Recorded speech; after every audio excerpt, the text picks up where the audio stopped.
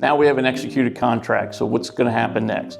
So we've executed a contract, we settled everything, we negotiated it out, we agreed to terms. You signed last, we put an execution date. Everything in the contract's based on an execution date. So if someone has a termination of option period for 7 days, you have 7 days from the day after the execution date. You also have third-party financing contingencies, survey order dates. You have the due date of the title commitment. You also might have the due date for HOA documents based on how they filled out an HOA addendum if you live in a subdivision with an HOA. These will all be itemized in an email.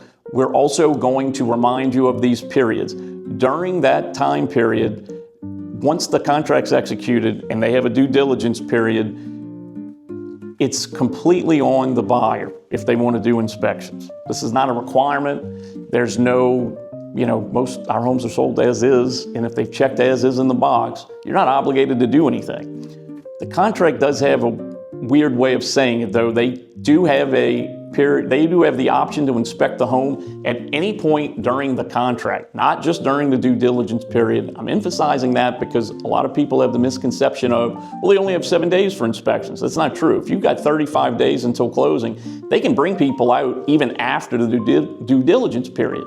The difference is they don't have an unrestricted right to terminate after that. But if they bring out an AC person and they find out that the coil's busted, they might say, hey, your AC was working when we had it inspected, it's not working now, and under this paragraph in the contract, you have to get it working again. So I always want to caution people, don't get upset if they schedule other inspections. And the way the contract's written, again, it's a little strange. They don't give specific times people can do it. They just say at reasonable times. 9 to 5, Monday through Friday is reasonable, but inspections happen on Saturdays and Sundays as well, especially when people only have 5 or 7 days and you execute a contract on a Thursday. Well, if you don't allow things on Saturday or Sunday, you're taking days away from them and they can then object to that restriction. So just keep an open mind with that. If there are days and times are going to be impossible, we just need to know that up front. All right. Other things after a contract is executed, we're going to start monitoring the third-party financing contingencies if they have it. So we're going to constantly contact the lender and ask for updates. The problem is we can't force them to give us updates. I can assure you, though, we're going to ask repeatedly. And if I at any point am getting stonewalled or not answered, you'll know about it. The title company will work on the title commitment, starting things like ordering surveys and home warranties if they're in the contract. Based on who checked what box, it'll determine who pays for what. Again, we'll have already talked about that before we executed the contract. We do want to make sure that a buyer has their due diligence period. If somebody says, I'm going to buy it without one, it's a red flag to me.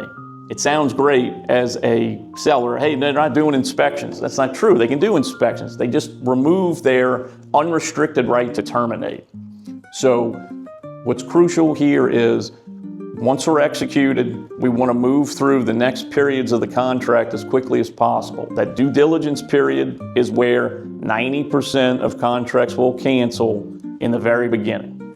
If you have questions about this, call, text, or email me directly.